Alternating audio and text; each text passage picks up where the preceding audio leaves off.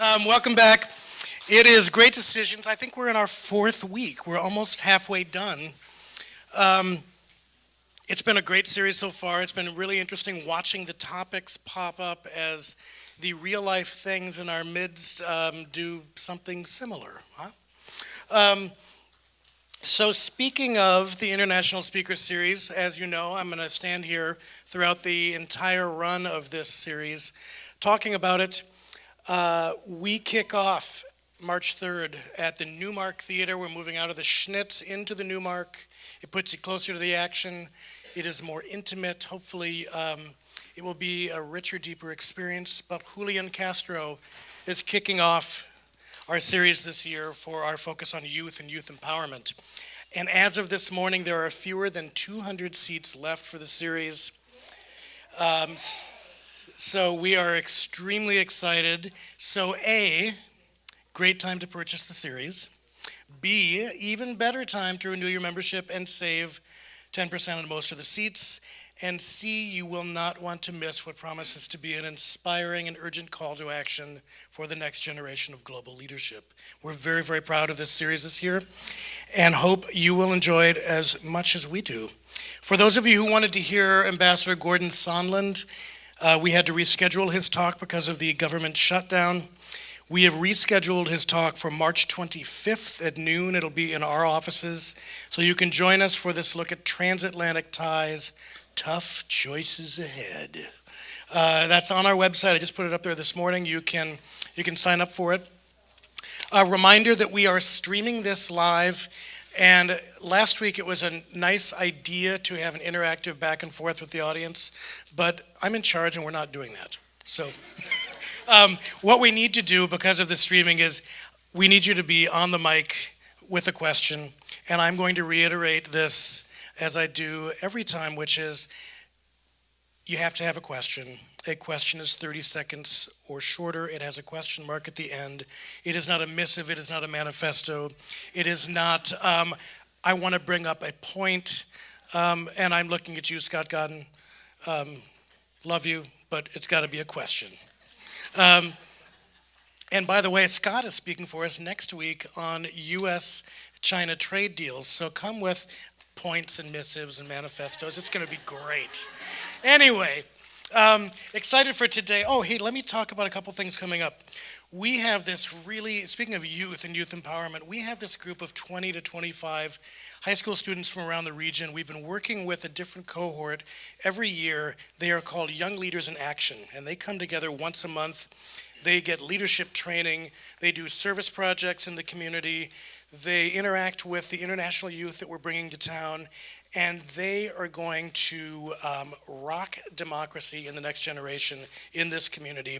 And so we love giving their support. And one of the projects that they do, they all do action projects, but one of the projects that they're doing is Long Life Conversations Book Club. This is an intergenerational book club that they put together that will be meeting at Central Library. That is our glorious library downtown, the 17th, 10 a.m. That will be in the, I believe in the U.S. Bank Room. And they're discussing water for elephants. And what this group of 15 to 17-year-olds want is they want to see the core demographic of this room in a room with them so they can learn from you and you can learn from them. So we've got some of these out on the table out there. I think one of the things that is missing in terms of all the gaps in our country is one like this, which is bridging generations of people who are interested in changing the world for the better. So look for that. Also, today's speaker, I love when people come with promo for their events. As someone who is always promoting an event, it's nice to have good collateral. This is for Partitions, which Laura Robson has edited with R.A. Dubnoff. This is going to be at Smith here on the PSU campus, Tuesday, February 19th. It is a transnational perspective on the partition of Palestine from 1937 to 1947. We've got a couple of these out on the table. I'm sure she'll talk to you about it after the event.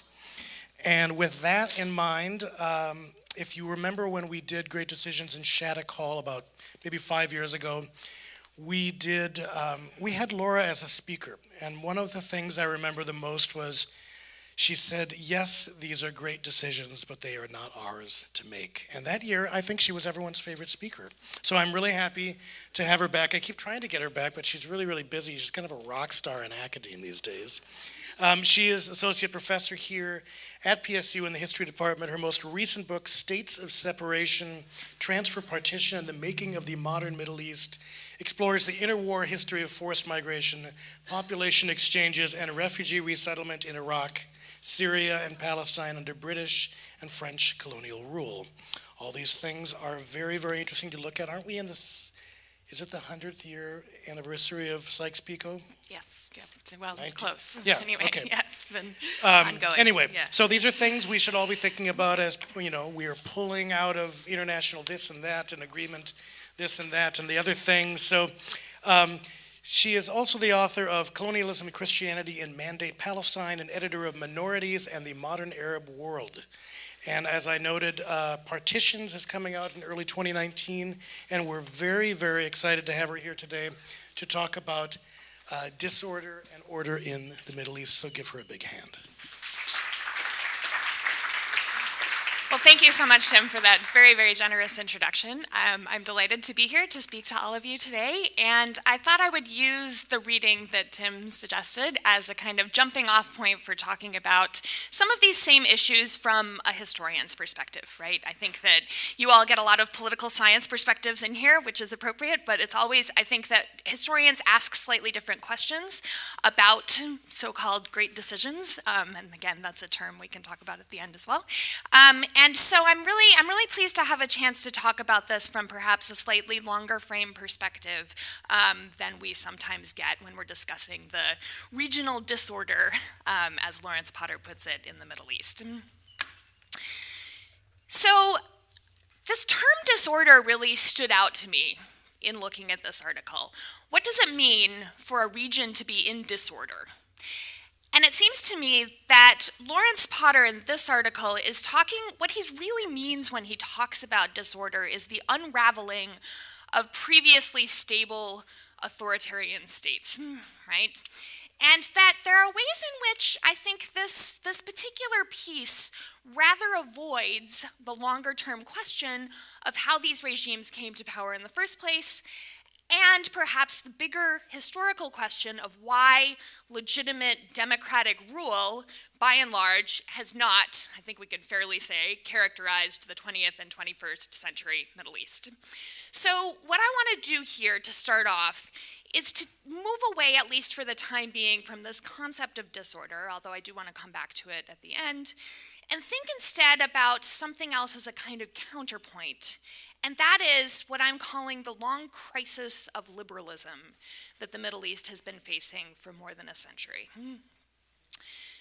So I want to clarify here that I'm talking about liberalism in its classical sense. That is, not leftist movements, not liberalism in our kind of domestic political sense, but rather the political principle that individual liberty is the foundation of state practice, and a practice that results in what one writer has recently called, quote, the liberal package of free markets, human rights, and democracy, alongside the exercise of a free press, the right to free expression, and civil rights for all citizens.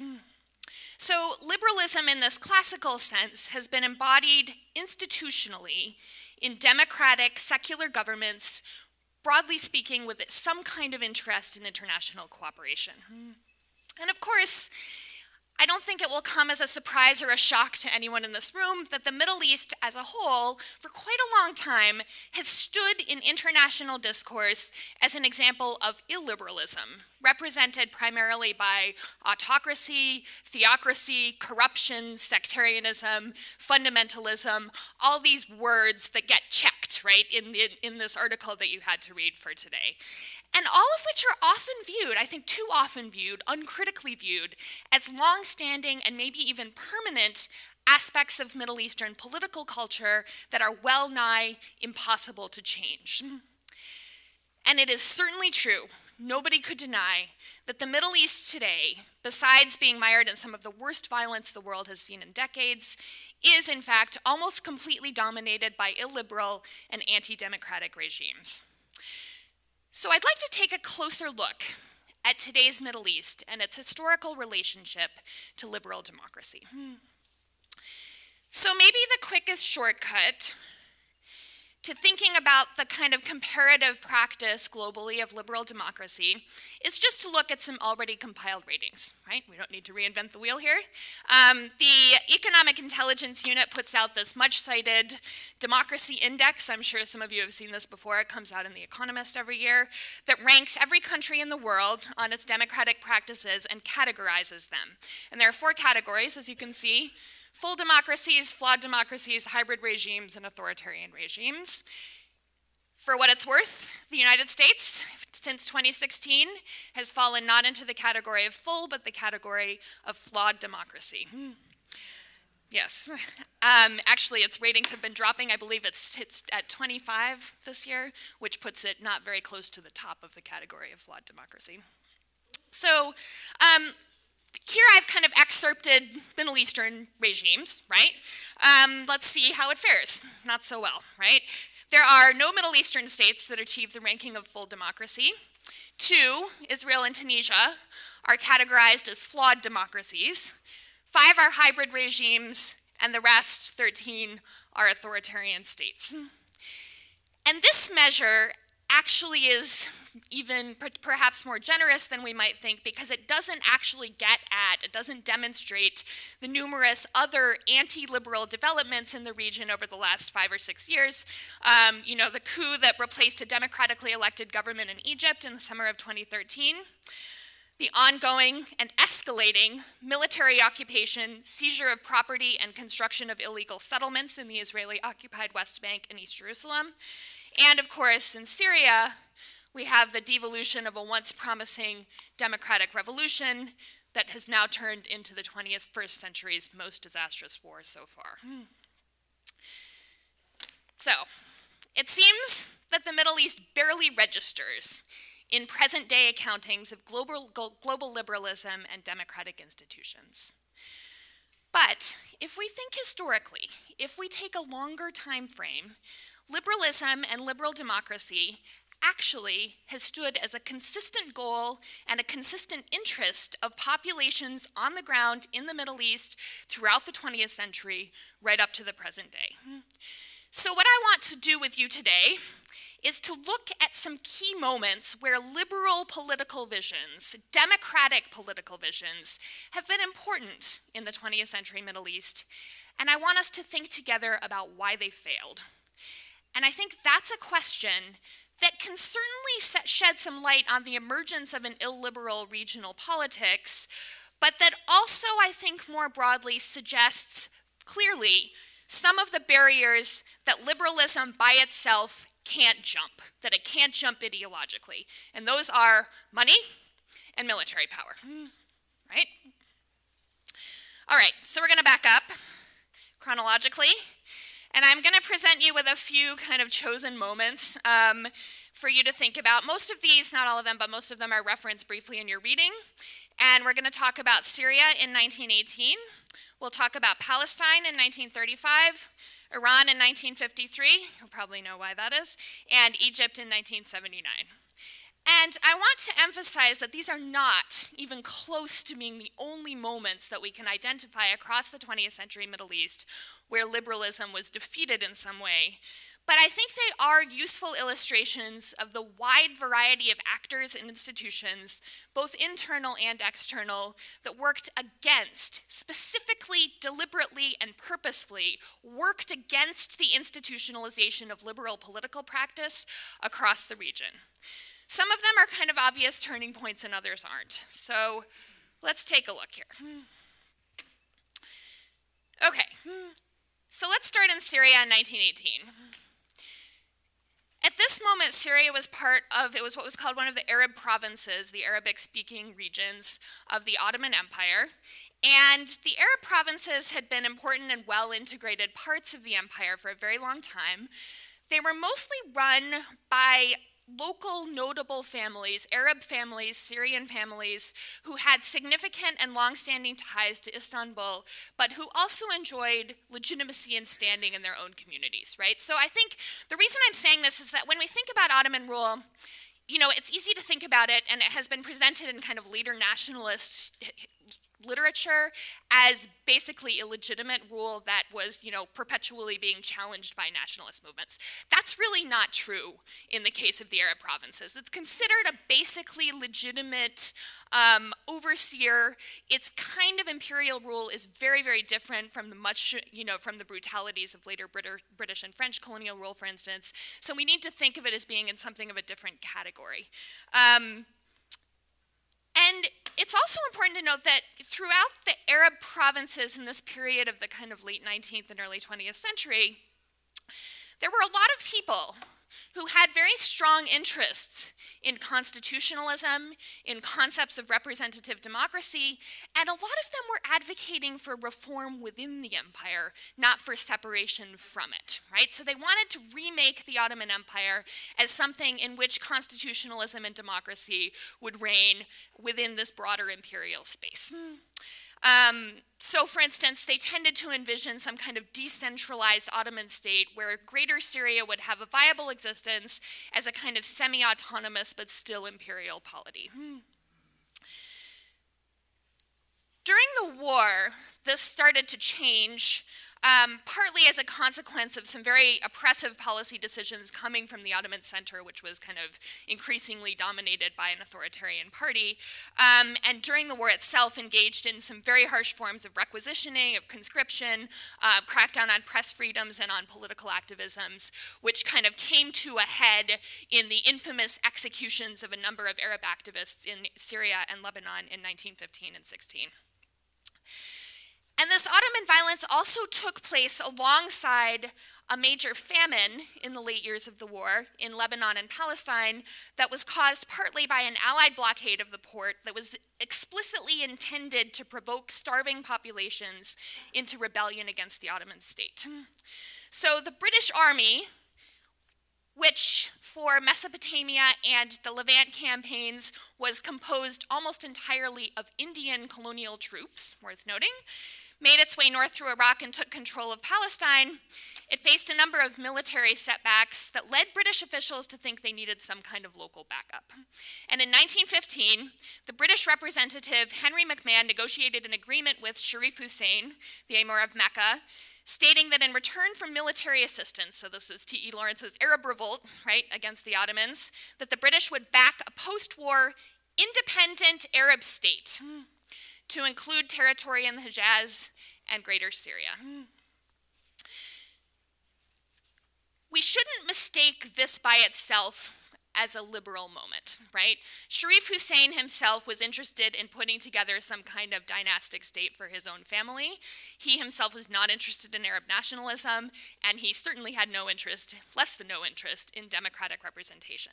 But his son Faisal, who ended up being the kind of architect of an imagined post-colonial political reality, did have contact with some of these more serious Arab nationalists in Syria, in Cairo, in Beirut, right, across the Arab world, talking about what kind of Arab state could emerge after the war was over, when it was clear that the Ottoman state would be dissolved in some way.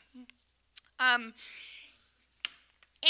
when the war ended, Faisal was designated by the Allies to be the representative of Allied victory, and he came into Damascus declaring that this was a moment of liberation, that this was a moment of the birth of an independent Arab state, and he began the process, taking the British and French promises seriously, of setting up a constitutional monarchy based on the principles of democratic representation with a monarchical figurehead.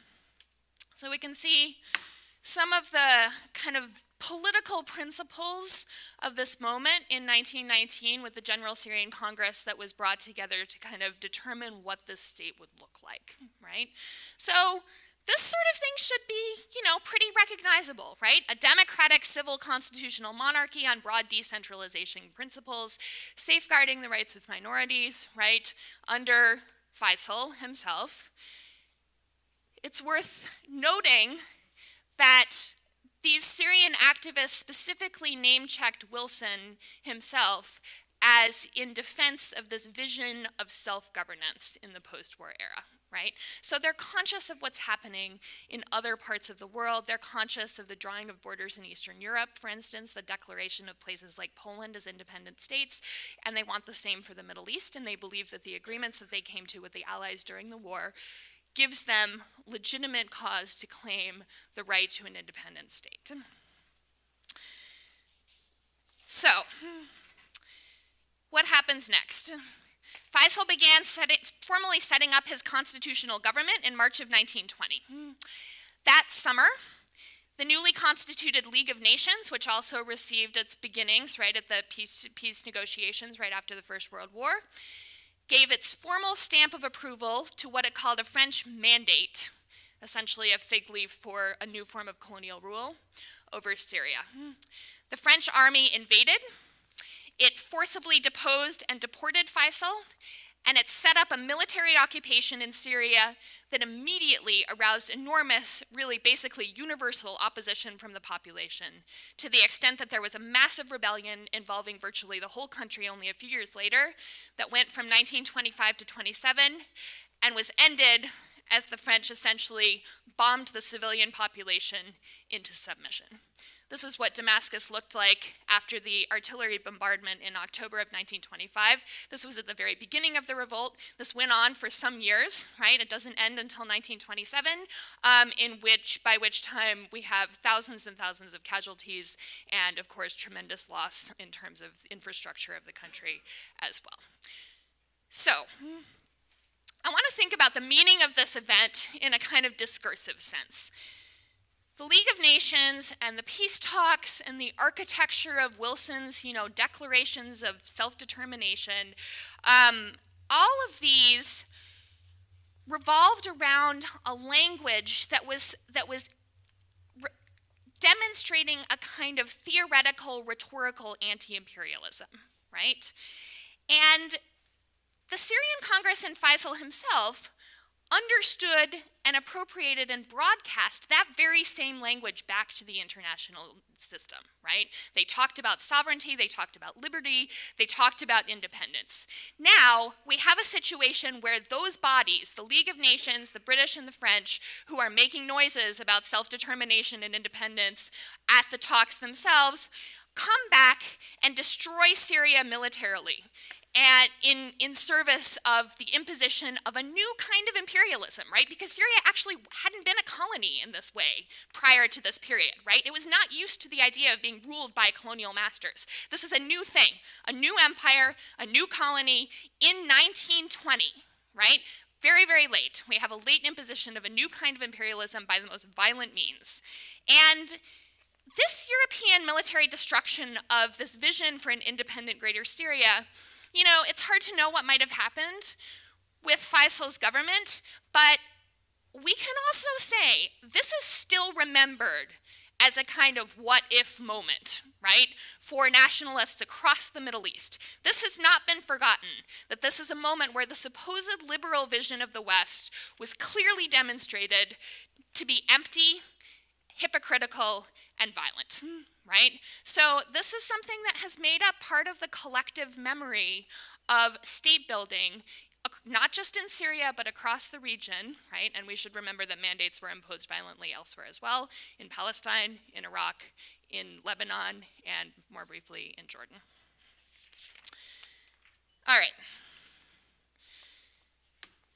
So I'm going to fast forward 15 years to Palestine in 1935. This is another such moment. And in some ways it's similar because Palestine, like Syria, came under quote-unquote mandatory rule, which meant that in this case it was ruled by the British, who were supposed to be overseen in their colonial practice by the League of Nations from 1920 on.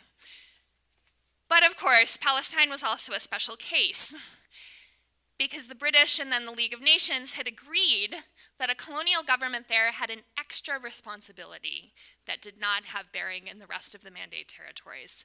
And that was formally to encourage large-scale European Jewish immigration into Palestine with a view of creating what they called a, quote, Jewish national home. So Palestine in the 20s and 30s was a site not just of British colonial rule, but also of an internationally sanctioned form of settler colonialism, which transformed the demographics of the state in ways that are to make it virtually unrecognizable. Let me give you a sense of what this looks like, and we'll imagine this happening kind of, on the ground, how dramatic this is. In 1914, Palestine was roughly 8% Jewish, of which we need to note that only a very small minority were actually Zionist settlers from Europe, the remainder being pre-existing, usually Arabic-speaking Jewish communities who were basically mostly not attached to the Zionist idea. By 1922, we have British census information that suggests that the Jewish population had risen to about 83,000 people, roughly 11% of the population. By 1931, it was 175,000, about 17%. By 1945, in the wake of the Nazi crimes against the Jews in Central and Eastern Europe, it had reached 550,000, roughly 31% of the total population. So over the course of not even 2 decades, we have this incredible demographic transformation of what Palestine looks like. And it had especially dramatic effects on the social and economic and political landscape of Palestine, A, because of the practices of the British Mandate administration, and B, because of the policies of Labour Zionism, which was the most important political party in the issue of the Jewish settler community. The British decided, because they had been given this mandate by the League that specifically included the goal of creating a Jewish national home in Palestine, right? So the Yishuv, the European settler community, enjoyed a number of collective rights and privileges that were not extended to the Arabs. So this is encoded legally, institutionally in mandatory authority, right? They have a recognized internal representative government that has a direct channel to the British Mandate state. They were allowed to run explicitly nationalist schools and language policies, a flag, and most importantly, perhaps, they were allowed to develop security forces that shaded over very quickly into essentially being militias, right? So this was a kind of British-sponsored army being constructed by this one particular community. That was a right that was not extended to the majority Arab community. And it's worth noting, too, that Labour Zionism developed a stated explicit commitment during this period not to employ Arabs in any capacity on Jewish-owned settlements and land. That promise was not always kept. We do see, instances of Arabs working in Jewish settlements, but that statement and that official policy further divided these two communities. So in 1935, the Palestinian Arab political leadership spearheaded what they thought of as a kind of last-ditch effort to create some kind of equity between European Jewish settlers and indigenous Arab communities in Palestine by demanding, not for the first time, that there be some sort of legislative assembly that would do for the Arabs what the Jewish assembly did for the Zionists, right? Some kind of formal, representative, by-election legislative assembly, right? That was the plan. And colonial legislators are actually, this is actually a pretty common phenomenon in colonies across the British Empire during this period.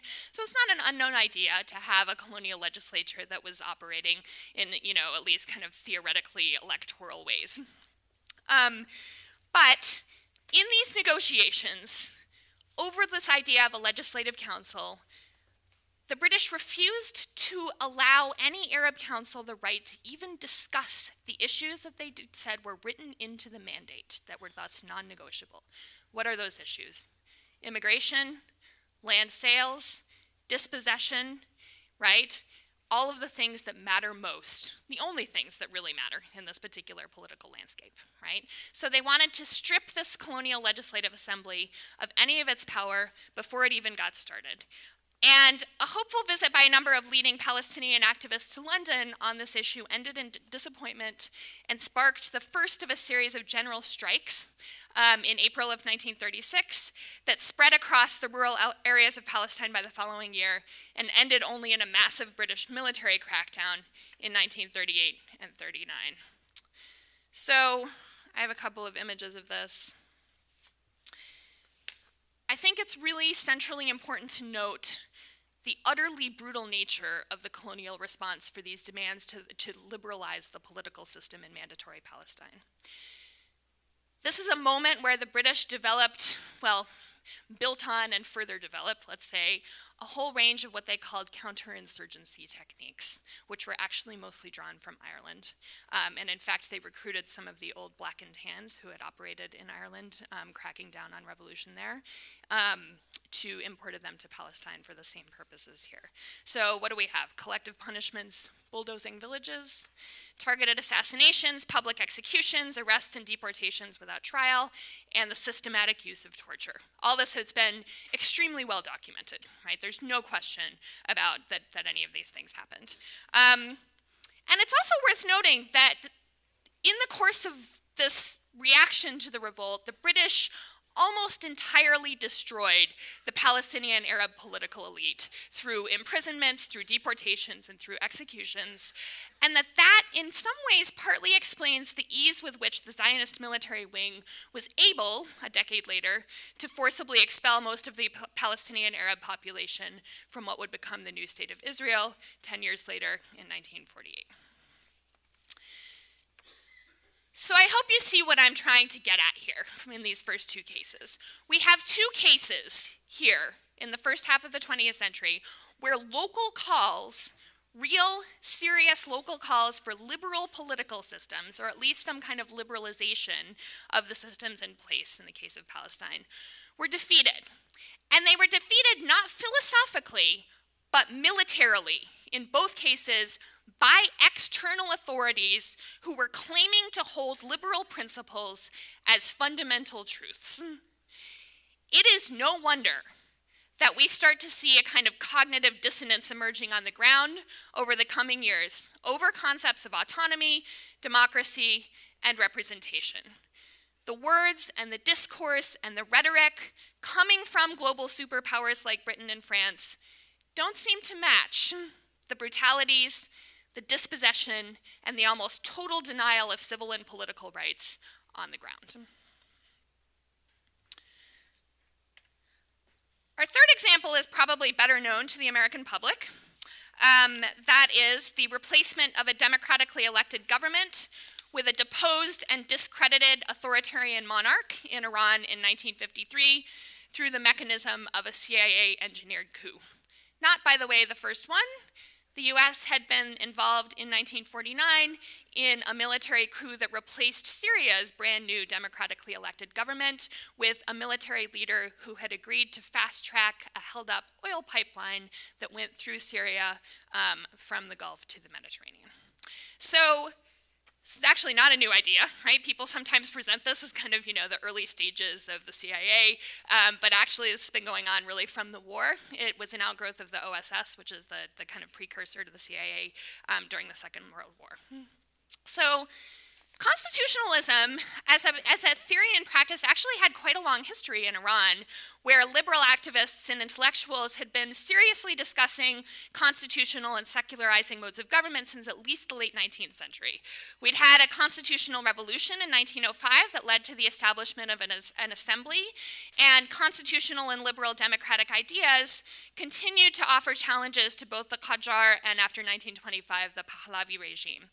So here, to make a long story short, in the early 1950s, the parliament of Iran, led by the new prime minister Mohammad Mossadegh, Time magazine's Man of the Year in 1951, voted pretty much unanimously to nationalize Iran's oil resources and expel foreign oil executives from the country, which led to a joint British and American, under Churchill and Eisenhower, decision to overthrow the government, on the grounds both that the nationalization of Iranian oil threatened American and British interests, and that Mossadegh's association with the left-leaning Tudeh party associated him with communism and with the Soviet bloc. That's an argument, of course, that's coming into prominence in a number of different cases during this period.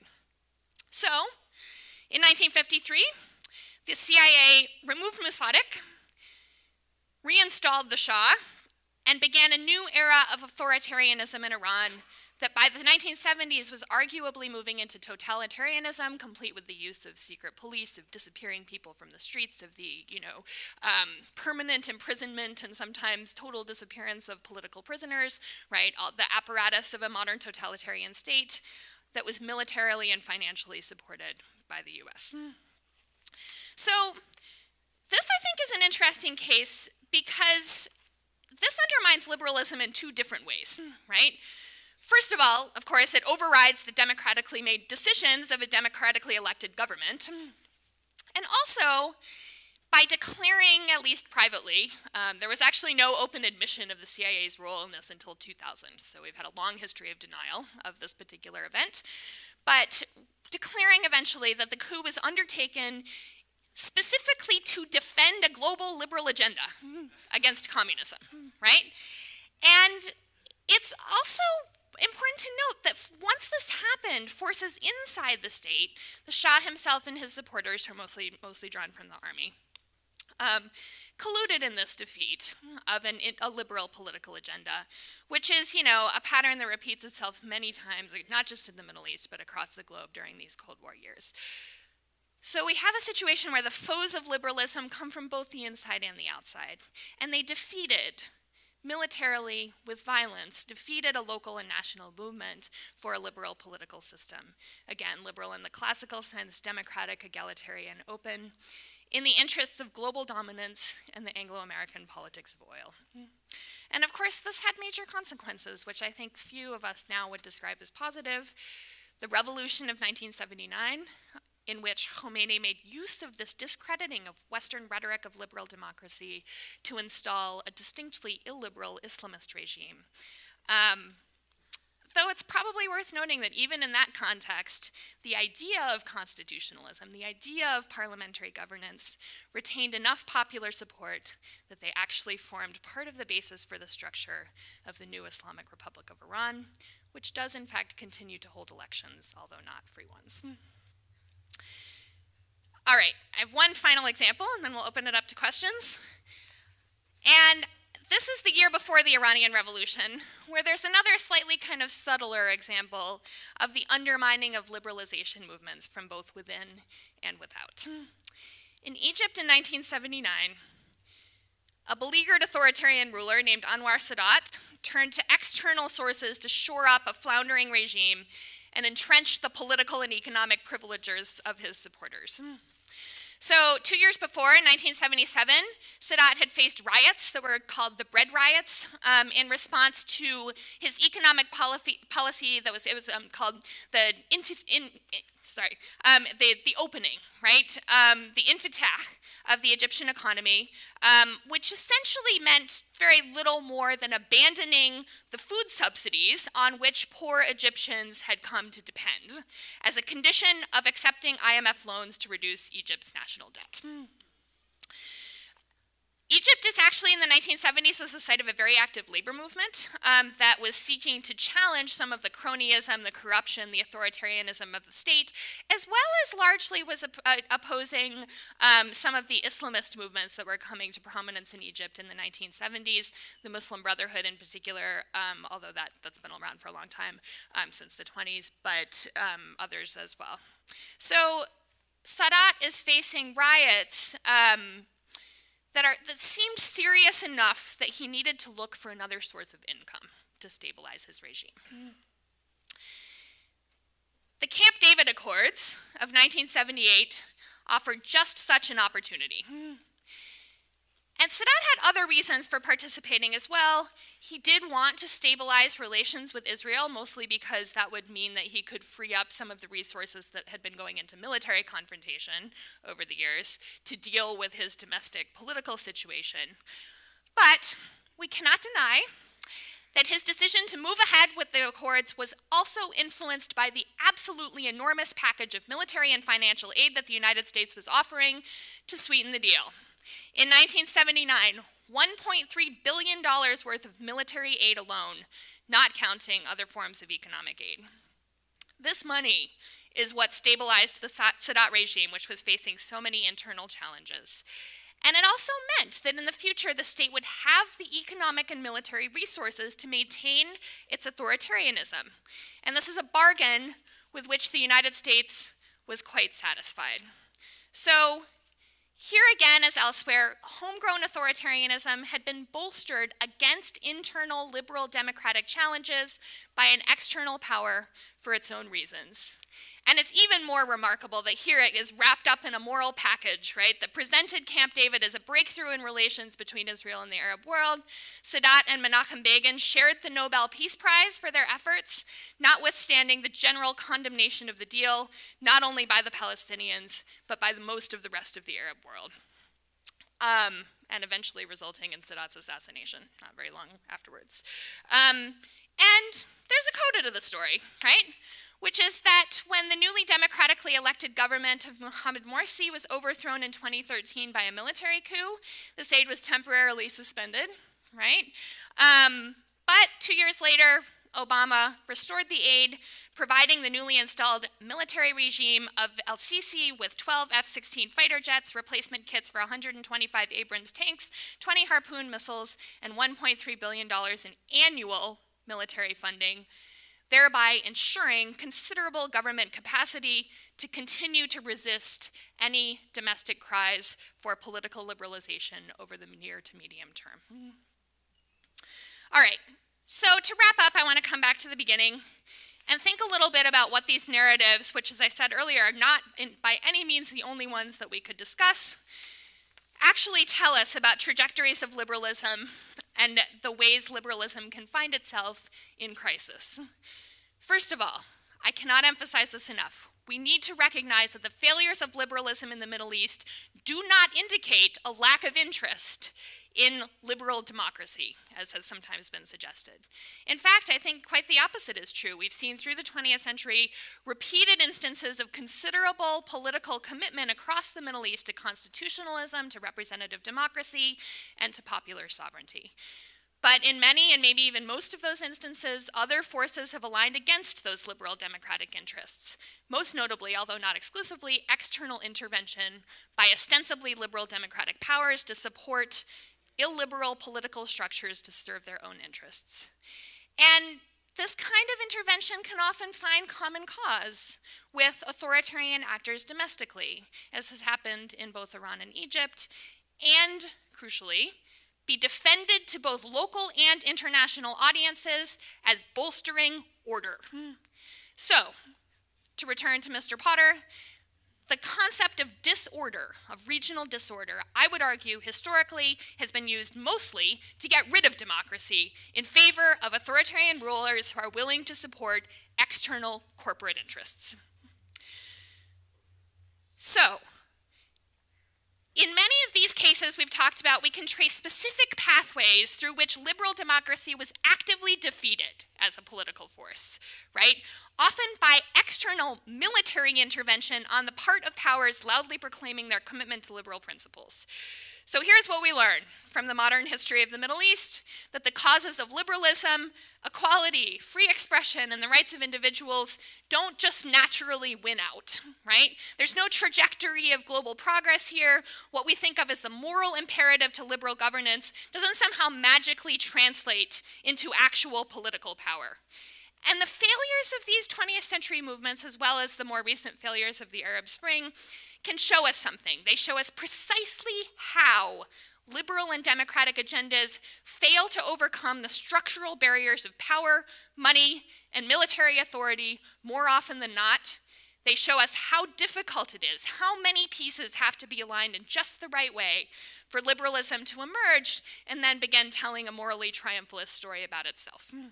So, maybe real true assessments of the political history of the 20th century Middle East have been so absent in public discourse across the West, including, I have to say, I think in Lawrence Potter's narrative here, because such historical accountings, if they're undertaken in good faith, tell us things we don't want to know. Thank you very much. I'm happy to take questions.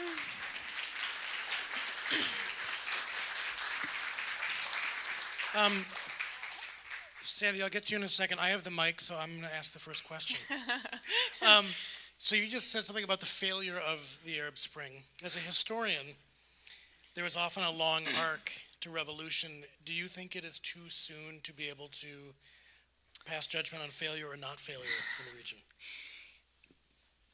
There is a long arc. I think there's a lot of, I have a couple of answers to this. I think there's a lot of there is still a surprising amount of political commitment to the idea of popular representation and democracy across the Arab world, right?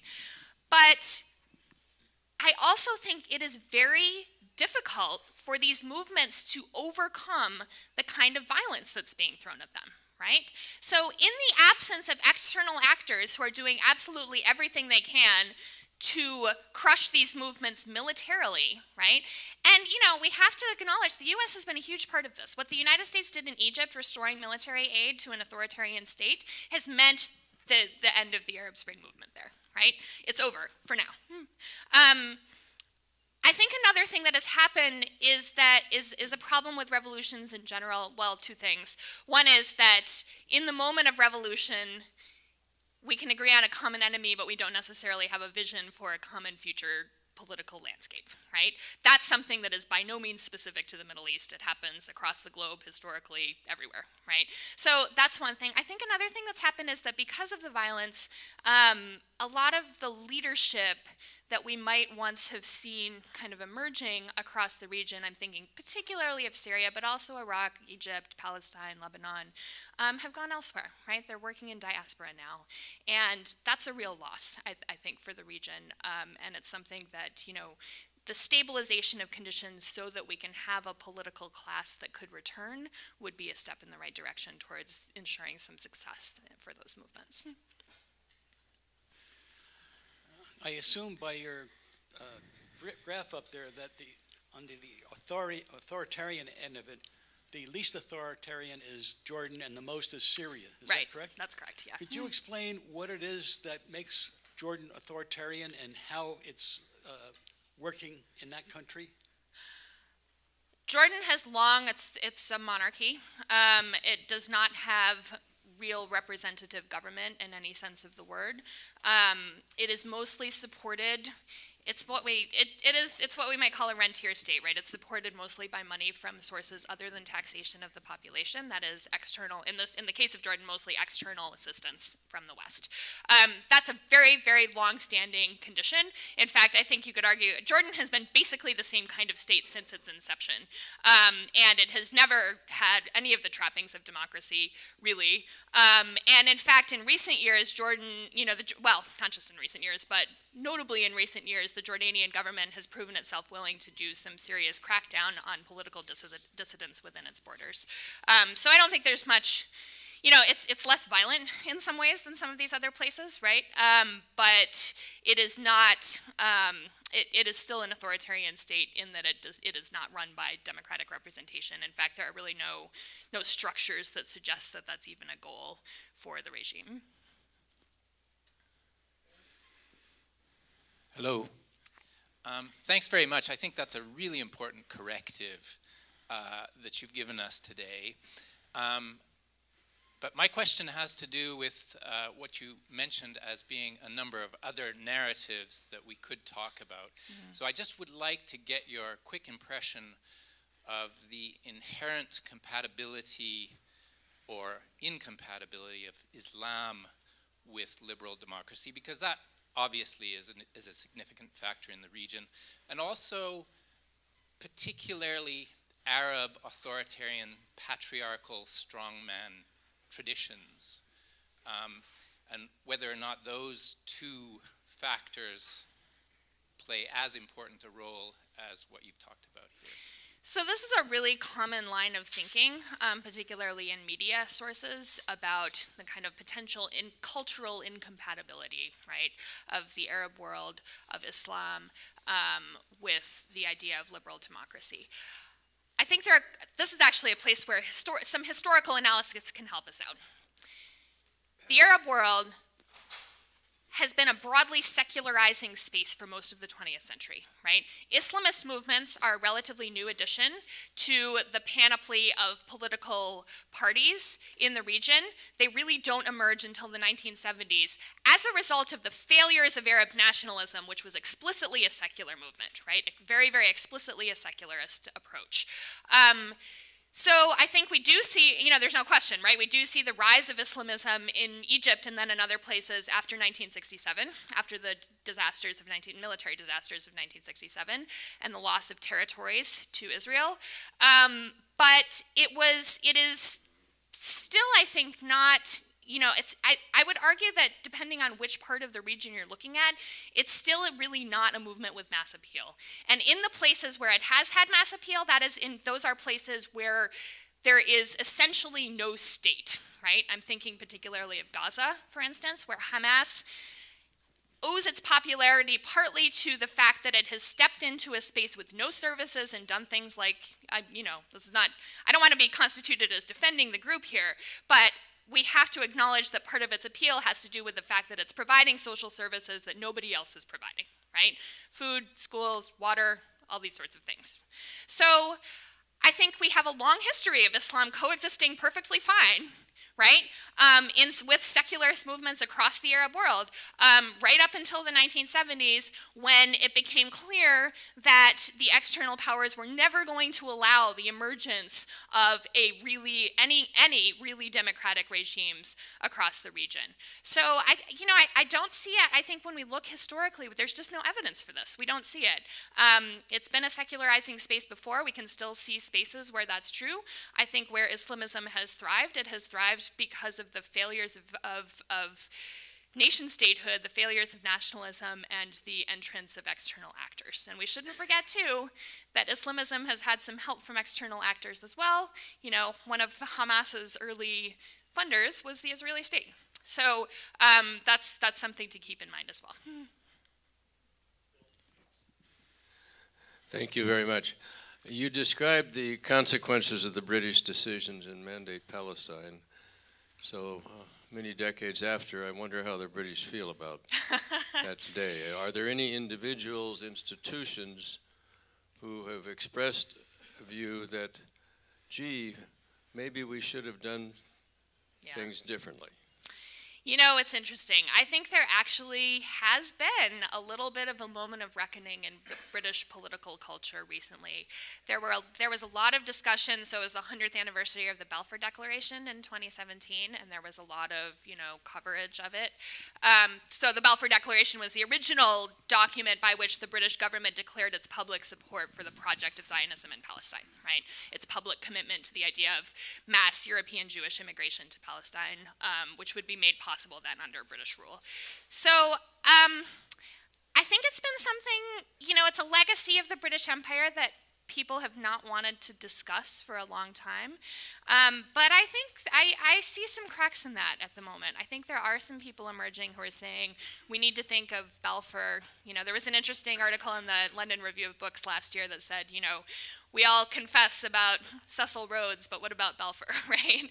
And I think that's still a minority position. I don't want to overplay it, but I'm seeing it in the press to a much greater degree than would have been the case even 10 or 15 years ago, I think. Yeah, it's an interesting question.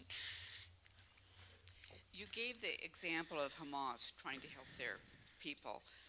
How many others in here are reaching towards helping their own people, would you say? It's Of Islamist group. groups? Yes. Or states? Yeah, of these groups that you have up here. Of the states? Yeah. Yeah. Well,